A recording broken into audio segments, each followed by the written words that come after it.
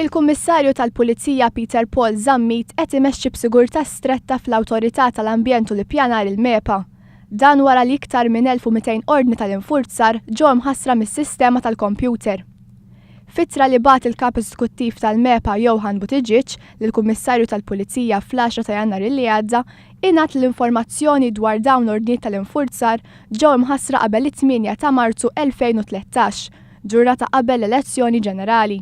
Il-ġurnal Malta Today rrappurtat kif uffiċjali tal-MEPA indunaw l-informazzjoni ġiet imħassra wara li riżultat diskrepanza fl-aħħar tas-sena fidħul li suppost daħlet il-MEPA mill-multi.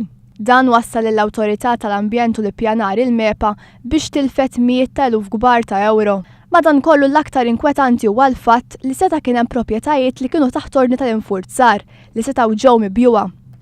Normalment proprjetajiet li s-soltu jkunu taħt ordnijiet ta' infurzar jonqslhom il-valur jew inkella ma jinbiħħux.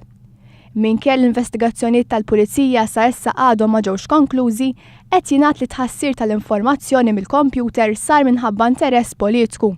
Il-Pulizija mhix teskludi l-impjegat tal-MEPA ġie mqabbad biex ineħħi l-ordnijiet tal-infurzar mis-sistema tal-kompjuter.